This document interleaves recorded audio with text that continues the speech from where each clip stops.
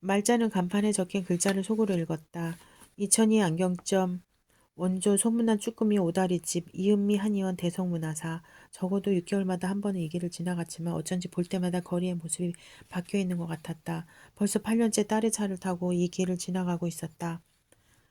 어떤 날은 웃었고 어떤 날은 울었고 어떤 날은 말문이 막혔다. 그 모든 순간 말자는 차창 밖으로 보이는 거리의 글자들을 읽었다.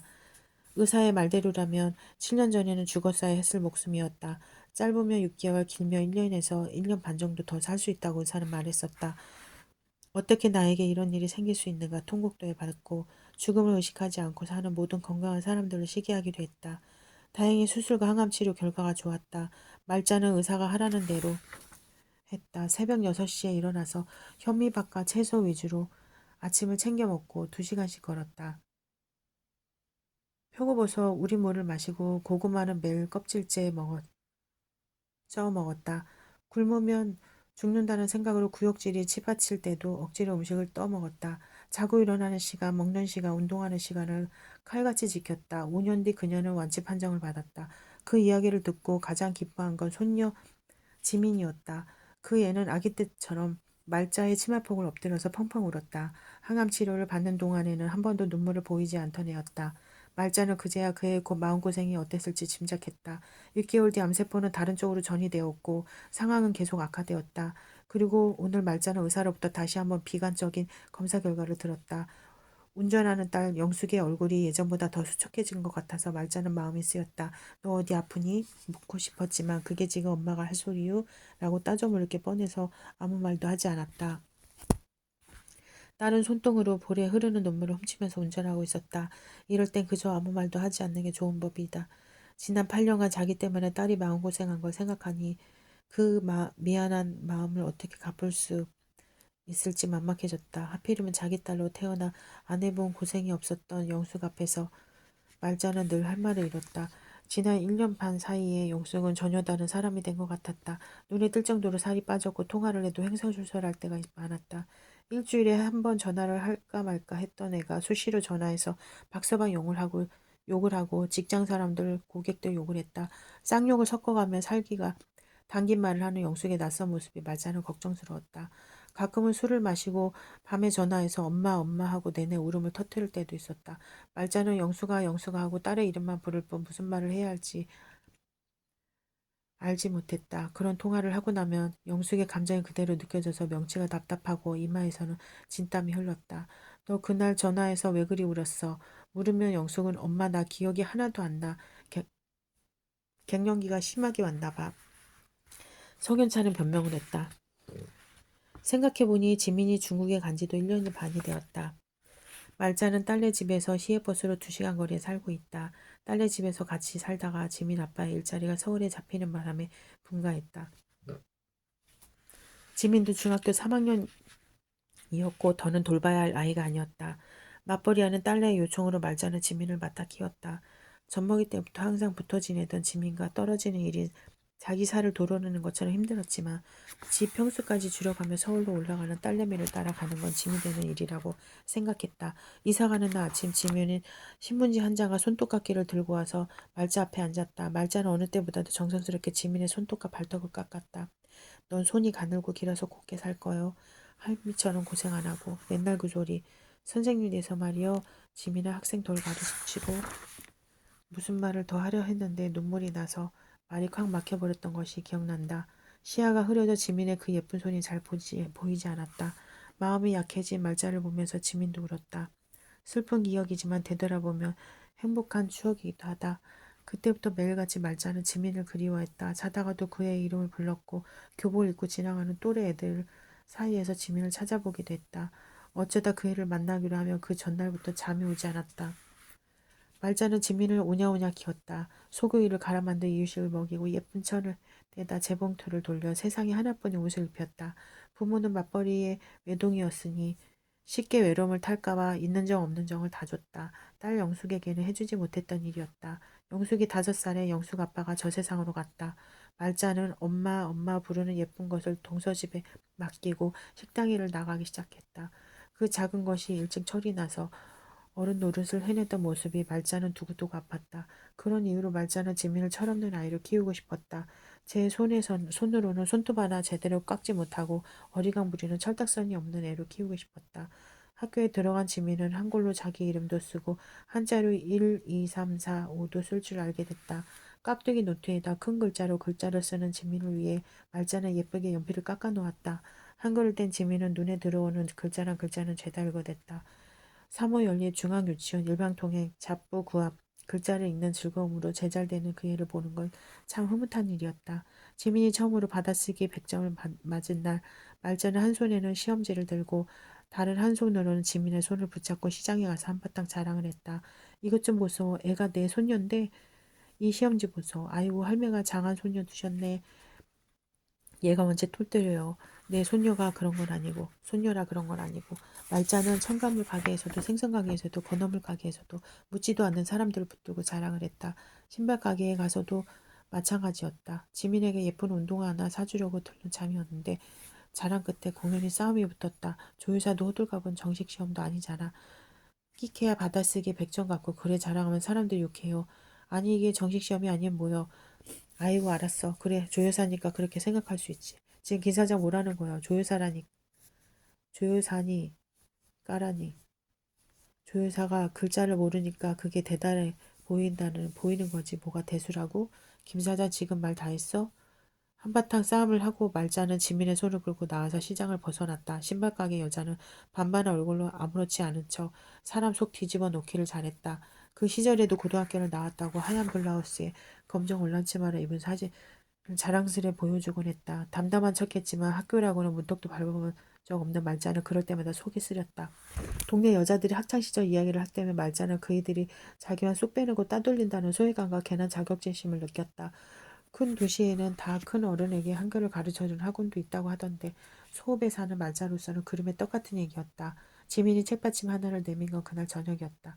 이거 봐봐 할머니 이게 뭐요? 이것만 공부하면 할머니도 나처럼 다 읽을 수 있다. 참말이야?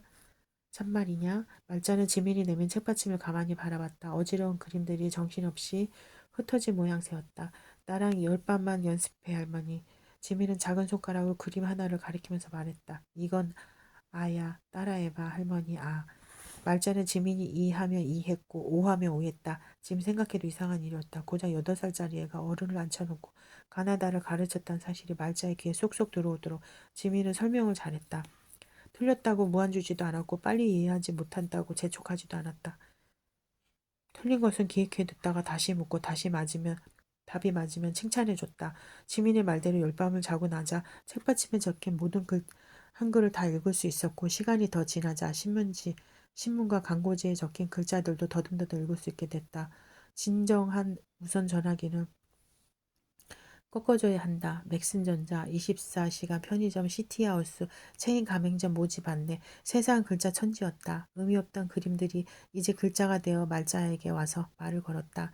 지민이 받아온 가정통신문을 읽고 소풍 날짜를 체크하면서 말자는 어깨를 으쓱했다. 깍두기 노트에 표지에 조말자라고 자기 이름을 쓰고는 지민과 같이 숙제를 했다. 말자는 그런 지민에게 어떤 말로 고마움을 전해야 할지 알지 못했다. 지민 나이에 얼마나 학교에 가고 싶었는지 말자는 아직도 기억하고 있다. 오빠를 졸라서 몰래 교실에 따라 들어갔을 때 오빠의 담임선생님은 말자 몫의 의자를 하나 마련해줬다. 너 이름이 뭐니? 묻는 목소리와 눈빛이 따뜻했다. 조말자요. 말하고 고개를 푹 숙이자 선생님은 갱지 한 장에 연필 한 자를 주고 그림을 그리라고 말했다. 선생님에게서는 생전 처음 맡아보는 좋은 냄새가 났다. 이야기 속에서 나온 선녀인지도 몰라. 새하얀 피부에 좋은 옷을 입고 풍금을 치던 그녀의 모습을 말자는 이른이 된 지금도 기억한다. 그때 느꼈던 구름을 탄 것처럼 제 몸이 부드럽고 가벼워졌던 느낌도 갱지 위에 그렸던 강아지, 호두나무, 집과 담장 그림도 집에 돌아오자마자 말자는 제 어미에게 따기를 맞았다. 기집애가 주제도 모르고 감히 학교 구경을 했다는 게 이유였다. 5월의 볕이 따가웠다. 길게 늘어선 배추밭 고랑에 앉아서 말자는 훌쩍대다가 눈물을 삼켰다. 그리고 다시는 학교 근처에 얼씬거리지 않았다. 학교를 지날 일이 있으면 멀리 돌아서라도 피해갔다. 허나 그 모든 사정을 지민에게 말할 수는 없는 일이었다. 내가 나에게는 첫 선생님이었다고, 처음으로 나를 따뜻하게 칭찬해준 사람이었다고. 딸은 거실에 이불을 깔고 머리를 대자마자 코를 골며 잠에 빠졌다. 말자는 잠든 영숙의 얼굴을 가만히 쳐다봤다. 검게 어색한 머리가 무색하게 흰머리가 빼곡하게 올라와 있었고 정수리는 보기 민망할 정도로 횡댕그렁했다. 처녀 시절에는 고무줄로 두 번만 감아도 팽팽해질 정도로 수치 많은 아이였다. 젊어 고생을 많이 한 데다 산후조리를 할 새도 없이 일을 나간 탓으로 30이 넘어서부터 영숙은 안 아픈 데가 없었다. 사위 박서방은 아들만 셋인 집의 첫째 아들이었다. 영숙이 진미를 낳고 나서 아이를 갖지 못하자 사돈 여자의 원성이 대단했다.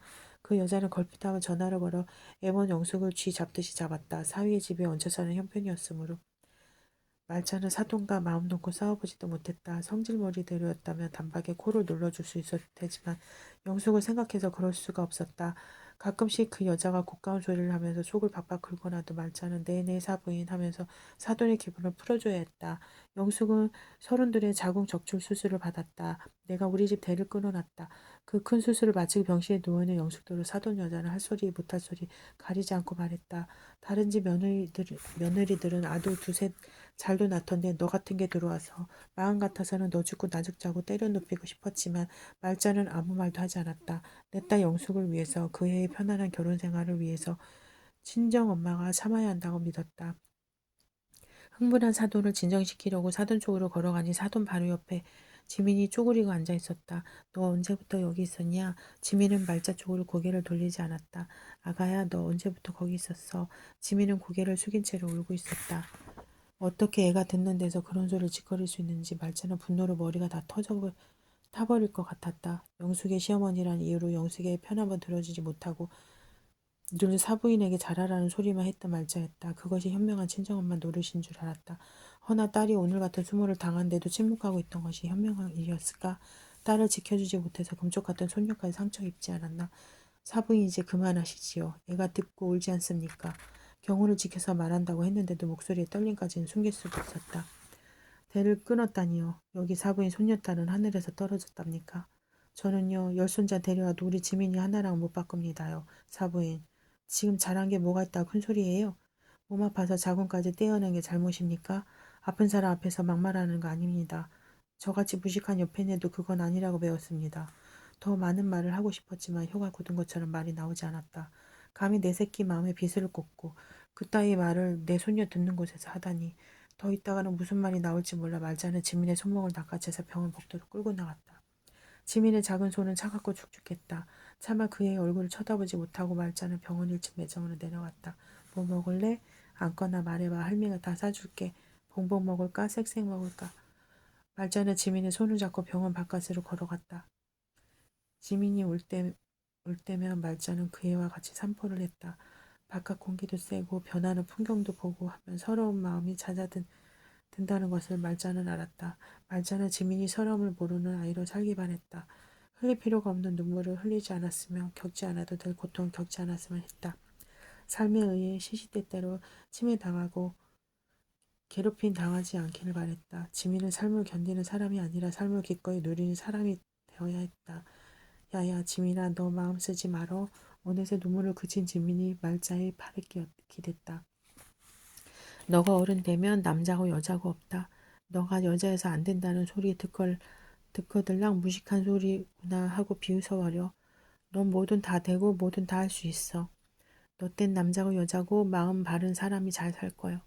병실에 가니 사돈 여자는 돌아가고 없었다. 말자는 부은 얼굴로 누워있는 영숙에게 다가갔다. 영숙은 말자를 보고 미간을 찌푸린 채로 미소 지었다. 영숙이 잠들 때까지 말자는 영숙의 머리를 쓰다듬고 또 쓰다듬었다. 지민은 간이 침대에 앉아서 그런 엄마 할머니를 가만히 바라보고 있었다. 영숙이 자는 동안 말자는 지민의 방으로 갔다. 방은 그 애가 중국으로 떠났을 때의 모습 그대로였다. 깔끔한 박서방이 매일 쓸고 닦아서 모든 것이 깨끗하고 반짝였다. 5단 책장에는 책이 빽빽하게 꽂혀 있었고 책상 위에도 시험 공부할 때 보던 책들이 그대로 있었다. 말자는 지민의 책상 의자에 앉아서 지민이 벽에 붙여놓은 메모와 사진들을 봤다. 해가 뜨기 전이 가장 어둡다. 미치지 않고서는 이르지 못한다. 정신 차려 지민아라고 쓴 메모들은 햇빛에 발해 있었다. 교생 실습을 나갔을 때 제자들과 함께 찍은 사진도 붙어 있었다. 교탁 앞에 서 있는 지민 옆에서 손으로 하트를 그리고 있는 아이들의 모습이었다. 지민은 가뜩이나 작은 눈이 보이지 않을 정도로 활짝 웃고 있었다. 일반 기업에 들어갈까도 생각해봤지만 교생 실습을 하고 나서 교사가 되기로 마음을 정했다고 지민은 말했었다. 할머니, 난 애들이 좋아. 애들이랑 같이 있으면 힘이 나. 그런 이야기를 하면서 눈을 반짝이던 지민의 얼굴이 생각났다. 그 옆에는 처음 배정받은 학교에서 아이들과 찍은 사진이 있었다. 벚꽃나무 앞에서 아이들과 함께 V자를 하고 있는 지민. 지민에게 팔짱을 끼고 있는 애들의 표정도 밝았다. 말자는 책상 유리판 아래 끼어 있는 사진들도 봤다. 대부분이 학교에서 애들이랑 찍은 사진이었다. 분홍색 도화지에다 여러 애들이 함께 써준 편지도 있었다. 쌤들 중에 지민쌤이 제일 좋아요. 지민쌤 너무 웃겨요. 딴 시간에는 잠만 자는데 쌤 시간에는 잠이 안 자요. 잠도 안 자요. 칭찬해 주세요, 쌤. 지민쌤 저번에 매점에서 빵 사주셔서 감사했어요. 힘내서 다음 시험 대박 잘 볼게요. 우리 호빵맨 지민쌤 사랑해요. 애들이 지민의 얼굴을 만화 캐릭터처럼 그린 그림도 있었다. 언젠가 호빵맨이 뭐냐 묻자 핸드폰에서 그림을 찾아 보여주면서 지민이 웃었다. 얼굴이 빵인 남자가 망토를 두르고 하늘을 날고 있었다. 아이고야, 지민이 너가 어딜 봐서 이 대머리랑 닮았다는겨? 말자는 불쑥 화를 냈고 지민은 깔깔대며 웃었다. 문득 말자는 이 방에서 지민과 이런저런 이야기를 하던 그 시절이 사무치게 그리워졌다. 말자와 지민이 함께 찍은 사진도 있었다. 한 장은 지민이 유치원에 입학하던 날 유치원 정문 앞에서 찍은 사진이었다. 지민은 새로 산 울코트에 하얀 타이즈를 신고 코딱지를 파고 있었다. 말자는 지민에게 무슨 말을 하는 모양새인데 분명 코딱지 파고 파면 코피 난다 같은 말이었을 것이다. 시간이 이렇게 흘러 말자는 1인이 되고 지민은 28이 되었다. 매일매일 제 몸처럼 붙어있던 지민이 이제는 먼 땅으로 가버려 소식 한 통이 없었다. 시간은 모든 것을 바꿔버렸지만 사진 속 그 풍경은 손에 잡힐 것만 같았다. 목욕을 시키고 내복을 입히고 머리를 빗겨주고 그 작은 발에 양말을 신겨주더니 툭하며 엎어져서 무릎이 깨지는 아이가 염려되어 지민이 달리면 말자도 뒤따라 달렸던 일, 잠투정을 하는 지민을 자리에 눕혀놓고 토닥토닥 재우다가 자기도 모르게 같이 잠들어 버렸던 일이 모두 어제의 일만 같았다. 다른 사진은 2년 전 가을에 제주도에 놀러가서 찍은 것이었다. 말자의 암 완치 기념으로 지민과 영수, 말자 세 모녀가 3박 4일로 여행을 갔던 때였다. 말도 타보고 곰인형 박물관에도 가보고 큰 폭포도 2개나 봤다. 흑돼지 삼겹살도 먹고 땅콩 아이스크림도 먹고 오메기 떡도 먹었다. 영숙이 운전을 하고 지민이 숙소와 음식점 가볼 곳을 미리 알아놔서 말자는 그 애들을 다니기만 하면 되었다. 사진은 우도의 백사장에서 찍은 것이었다. 처음으로 보는 하얀 모래에 하늘빛 물이었다. 산호가 부서져서 흰 모래가 됐다고 지민은 말했다. 물에 발을 담가보고 싶다고 말하니 지민이 양말을 벗고 먼저 바다에 들어갔다. 둘 다 발목까지 바다에 담그고 웃고 있었는데 그 모습을 영숙이 찍었다. 말자는 자기의 팔짱을 끼고 종알대는 지민의 얼굴을 보면서 가슴이 뻐근해졌다. 우도에서 배를 타고 선상향으로 가는 길에 말자는 지민을 바라보다 말했다. 지민아, 응? 이게 마지막이다. 뭐가? 너가 나 데리고 다니는 거 말이여. 그게 뭔 소리리 할머니? 시간 있고 돈 있으면 너 좋은 거여. 할머니, 응. 내가 진짜 선생님 되면 그땐 더 좋은 구경 시켜줄게. 너가 진짜 선생님이 아니면 뭐여. 세상에 가짜 선생님도 있냐? 나 아직 기간제 교사잖아. 기간제가 뭐냐? 지민은 티슈 위에 펜으로 기간제 교사라고 썼다. 내가 선생님 되는 시험 아직 못 붙었잖아. 말자는 기간제 교사라는 글자를 뚫어져라 쳐다봤다. 아무리 봐도 그게 무슨 소리인지 알 수 없었지만 그냥 아는 척 고개를 끄덕였다. 선생님이면 선생님인지 기간제인지 그게 뭐 그렇게 복잡한지 알 수 없었다. 지민의 책상에 앉아 말자는 선상향으로 가던 여객선 위의 풍경을 그렸다. 강풍에 지민의 긴 머리칼이 이리저리 날리던 모습이 얼굴에 붙은 머리칼을 넘기던 그 작고 통통한 손이 보이는 듯했다. 자기 딴에는 어린이라고 했지만 말자의 눈에 지민은 그저 물가에 내는 어린아이였다. 언젠가는 너를 두고 떠나야 하겠지. 하지만 걱정되지는 않아. 가판위에 서서 말자는 그렇게 생각했었다. 힘든 일도 있겠지만 너라면 잘 이겨낼 수 있을 거야. 내 몫의 행복을 누리는 사람이 될 수 있을 거야. 그때 말자는 그렇게 믿었었다. 맑게 웃고 있는 지민의 투명 얼굴을 보며 말자는 정말 그렇게 믿었었다. 오랜만에 본 박서방의 얼굴이 눈에 띄게 말라 있었다. 하품을 할 때 입속을 무심코 봤는데 어금니 몇 개가 빠져서 듬성듬성했다. 박서방, 내가 잘못 봤나? 이가 빠진 거요? 박서방이 별 대답을 안 하는데 영숙이 나서서 말했다. 나이 들어서 그래. 박서방, 장모님이 지금 제 걱정하실 때예요. 지금은 제발 당신 생각 좀 하세요. 박서방은 욱하는 버릇이 있었다. 보통 화가 나면 욱하는 법인데 박서방은 부끄러워도 욱하고 기뻐도 욱하고 놀라도 욱했다. 처음 같이 살 때는 그때마다 깜짝깜짝 놀라곤 했는데 살다 보니 아무렇지도 않더랬다. 괜히 한마디 큰 소리를 치고 밖으로 나가 담배 한 대 피우고 들어와서는 새 여자의 눈치를 살피는 식이었다. 키가 크고 몸짓도 좋은데다 생김새도 무서워 보여서 박서방은 사람들에게 오해를 많이 샀다. 담배를 챙겨서 밖으로 나가는 박서방의 뒷모습이 예전 같지 않았다. 허리와 허벅지가 가늘어져서 바지가 너무 커 보였고 전체적으로 몸집이 작아진 것 같았다. 짧은 시간에 어떻게 저렇게 몸이 상할 수 있는지 말자는 마음이 아렸다. 한 번은 병원에 다녀왔다가 지민의 방에서 잠을 자는데 현관문이 열리고 뒤이어 뭔가가 바닥에 쿵 떨어진 소리가 들렸다. 놀라 밖에 나가보니 고주망태가 된 박서방이 신발도 벗지 않고 현관 입구에 쓰러져 있었다. 박서방은 술을 마시고 좀처럼 흐트러진 모습을 보이지 않았다. 그런데 그러던 이가 제 몸도 가누지 못하고 허우적대는 모습에 말자는 놀라 가슴을 쓸어내렸다. 영수가 영수가 박서방은 큰 소리로 영숙의 이름을 부르더니 조용히 흐느꼈다.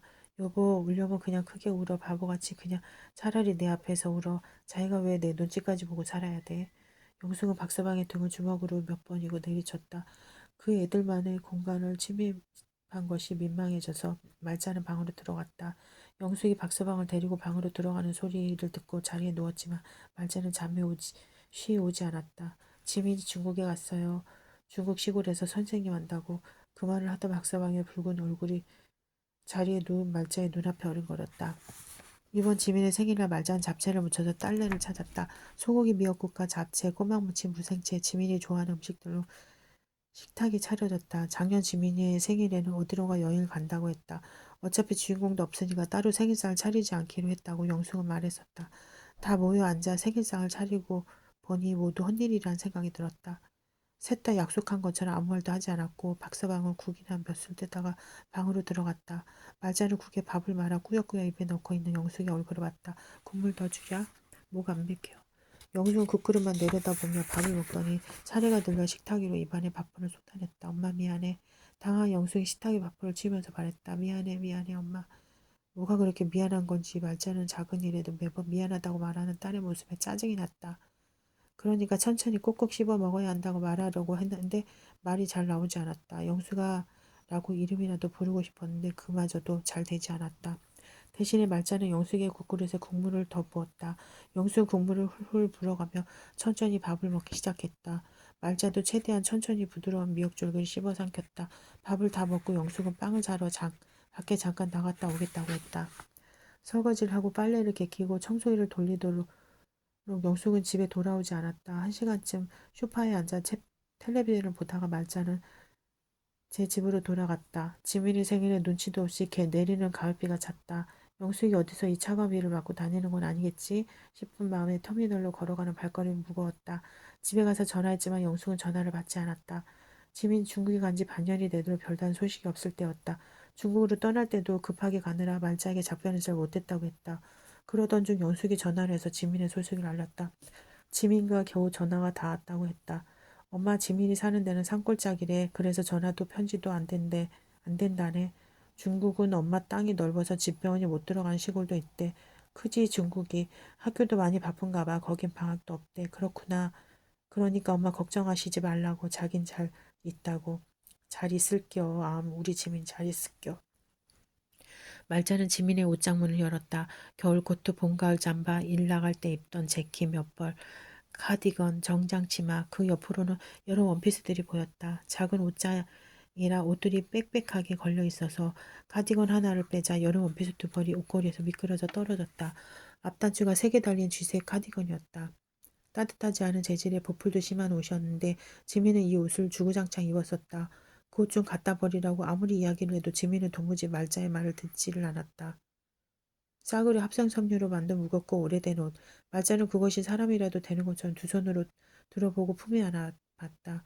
지민이 집에 없으니 이 흉한 옷을 버릴 좋은 기회였는데도 말자는 그럴 수가 없었다. 언젠간 돌아올 지민이 그 옷 어디에 있는 거냐고 따져 물을 것 같아서였다. 말자는 영숙과 박서방이 잠자리에 들고 난 뒤며 지민 좋아하던 옷을 몰래 걸쳐보곤 했다. 대부분은 방에서만 입었지만 마음이 내킬 때는 그 옷을 입고 밖을 나돌아다니기도 했고 그중 몇 벌은 자기 집으로 가져와서 잘 때도 안고 자기도 했다. 말자는 지민의 카디건을 입고 옷장 거울에 비친 자기 모습을 봤다. 꼬맹이처럼 마른 노인네 하나가 구부정하게 서 있었다. 눈은 움퍽 들어간 데다가 눈썹도 없어서 가만히 쳐다보고 있는 건데도 의문스러운 표정을 짓는 것만 같았다. 거울에 비친 자기 모습을 보는 건 꽤 오랜만의 일이었다. 살이 빠지기 시작한 이후부터는 얼굴이 보기가 두려워서 거울을 정면으로 본 적이 없었다. 말자는 지민의 베이지색 스카프를 꺼내서 목에 둘렀다. 단지 지민의 옷을 입고 스카프를 둘렀을 뿐인데 또 온몸에 힘이 다 빠져나가는 것 같았고 다리가 후들거렸다. 말자는 지민의 침대 위에 누웠다. 수술을 한다고 해도 별 가망이 없으리라고 의사는 조심스레 말했다. 예전 같았으면 마음이 무거웠을 말이었지만 말자는 오히려 편안했다. 더 이상 수술도 항암치료도 싫었다. 무엇을 위해 생을 연장해야 하는지 이유도 알 수 없었고 어떤 미련도 없었다. 차라리 잘 됐지 싶었다. 그렇다고 해서 죽음이 두렵지 않은 건 아니었지만 살아있다는 것도 두렵다는 점에서는 죽음과 진배 없었다. 그 마음을 숨기고 영숙 앞에서 무슨 표정을 지어야 할지 말자는 알지 못했다. 말자는 침대 위에서 몸을 뒤척였다. 잠이 오지 않았다. 할머니, 지민이 그곳으로 가고 나서 말자는 지민의 목소리를 환청으로 여러 번 들었었다. 다른 말도 아니고 꼭 할머니라고 부르는 소리였다. 세상에서 말자가 가장 듣고 싶은 목소리야 말이었다. 그러던 것이 시간이 지나면서부터 더는 지민의 목소리가 들리지 않았다. 이제는 그 애의 목소리도 정확하게 기억이 나지 않는다. 어떻게 지민의 목소리를 기억하지 못할 수 있는지.